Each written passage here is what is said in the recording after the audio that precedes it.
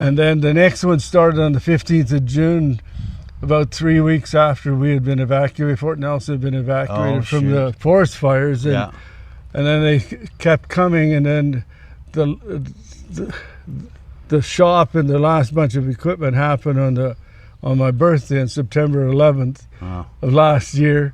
And then we were foolish to think that if maybe we'd overcome that, and then here in the 15th of May or something like that, hasn't stopped. 2 more units were hit. So what is going on up there? We've got Bob Zimmer here. He's an MP from Northern British Columbia, and it doesn't sound like people are feeling very safe. Let's take a peek. Let's look. Oh yeah. Prime Minister Carney and Premier Eby, it's time for jail, not bail, and it's time to stop the crime. Zimmer in Fort Nelson with local contractor and resident Ben Wall. Hey, Ben. Hey. Good to see you. Yeah. Nice to see you, Bob. But as you can see behind us, Ben's been the victim of arson, and not just once, but several times. Tell the viewer maybe what's happened to you in recent couple of years. Well, everybody told me that if I got into the towing that it might be a little bit ugly. Yeah. But never in my wildest imagination did I expect that I would have an arson on the first day and lose a shop and 9 machines since that time in a period of 2.5 years. So it's been quite a ride. You're a pretty solid person, but I know this would strain anybody, no matter how strong you are. Hey. My family is paying the price. Yeah, and Ben, we talked about this before. This federal government and provincial government soft on crime, the way they deal with criminals, because here there's been a ton of evidence of certain individuals that have been involved in these crimes, but it seems to be very difficult to even have them sentenced and convicted. Because I spoke with local RCMP, they're doing their best to really crack down on crime. But then it's been this sort of recidivism. You know, the bad guys seem to be not staying behind bars, and this stuff just keeps happening over and over and over again. What are your thoughts, Ben? Well, I would agree with you. The local RCMP has been very good to us as far as they've done what they could. Yeah.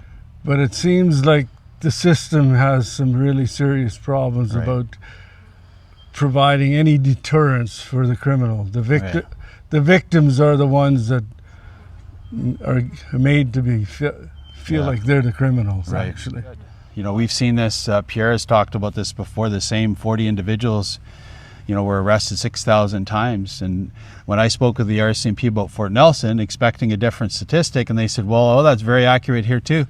You know, 15 people in Fort Nelson are responsible for 90% of the calls that the RCMP detachment gets. You know, and it seems to be that the people committing the crimes never seem to be able to be kept behind bars. The one thing I would also like to mention, 100% of what we're going through is related to the amount of drugs and the money that's being made from drugs, because 100% of the people involved are either using drugs or profiting from the drug traffic trade. Some of the names that are attached to some of the crimes around here, and they used to be lower mainland criminals, and now they've made their way up to Fort Nelson and seem to be setting up shop up here. They are. They're well set up and they're well established. And I didn't realize how well established they were until I have had hundreds of conversations on a lot of stuff with a lot of different people, and they're very well established in Fort Nelson. And Fort Nelson is a hub for the north for the drug traffic trade, and there's a lot of drugs go through here and a lot of money being made from drugs. Even human trafficking, we've heard, is happening as well. So, and all these arsons are funded with the profits from drug trafficking. Wow. Well, maybe explain for the viewer out there, 9 pieces of equipment that Ben has lost due to arson in the last couple of years, eh?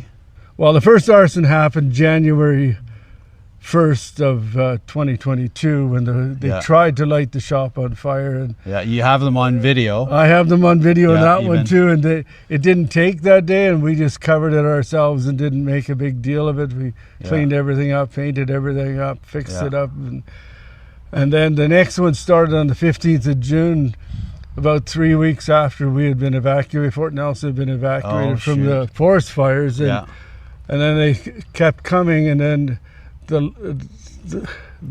the shop and the last bunch of equipment happened on my birthday on September 11th of last year. And then we were foolish to think that if we'd overcome that, and then here in the 15th of May or something like that, hasn't stopped. 2 more units were hit. So it nine hasn't stopped. So there's been 9 pieces of equipment and your shop twice.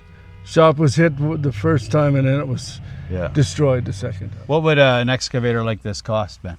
Well, replacement is somewhere between 90 and 150,000. Really? And that's an auction one or brand new? It's a used one. That's what I figured. There's none of these. New is a lot more than that. This one is about 450,000 new. Right. Wow. And we're standing, what you maybe can't see in the camera, we'll show it on the video later. There's a semi that's right behind us here that is burned out as well, and that's probably 250 grand there. Well, that one's it's an older used one, so about 100, 120. Yeah. Depending 130, depending on. We haven't talked about the vandalisms. These machines were vandalized first. They were vandalized first. This machine and the other one they burnt. This was only at the end. The 9 burnt machines is after a bunch of vandalism before that. Tires shot out. Yeah. Like I don't even talk about this stuff. Needless to say, you've been the victim of arson. 9 pieces of equipment and twice at your shop, and for some reason criminals are still out there doing what they do. And I think that's the frustration for a lot of Canadians, and is this the catch and release policies of the Liberal government and provincial NDP governments, but also the soft on crime in general. They just give these guys a slap on the wrist, and they get to walk free that afternoon and commit more crimes and do stuff like this, right? It's a shame. Not only don't they experience anything and are they out there, when these things happen, they stand in the park in the next lot and look at it and laugh. Yeah, even worse. All this stuff has actually taken away my ability to contribute to the community, because it's taken up too much of my life. My ability to contribute to the community is not there anymore. Right. There's silent victims out there, because with the other thing that happens that we don't talk about is that if somebody does talk, I'm hearing that they overdose at gunpoint to shut them up. Wow. Scary stuff. It's pretty scary. And those people have families, and there's victims there. There's many victims around here. I'm not the only one. I might be the most visual, but I'm not the only victim in Fort Nelson. I'm sure of that. I wish we could live in a society where people would respect each other again, and that criminals would get their due, and the deterrence would be there, so that common people that are just trying to live a normal life can go about their business without feeling threatened. I think that's the average person. That's what they want. That's not where we are. Prime Minister Carney and Premier Eby, it's time for jail, not bail, and it's time to stop the crime. Oh, yeah. So it sounds like things are pretty wild up in Fort Nelson. I've been to Fort Nelson before. I'm sure it's a lot crazier now than when I was there. That was in the early 2000s. Anyhow, gang, thanks for watching. That's Bob Zimmer. He's an MP from Northern British Columbia, talking with a constituent that's having a rough go with these federal regulations and legislation. Aaron Canadian Looney, we're out. What?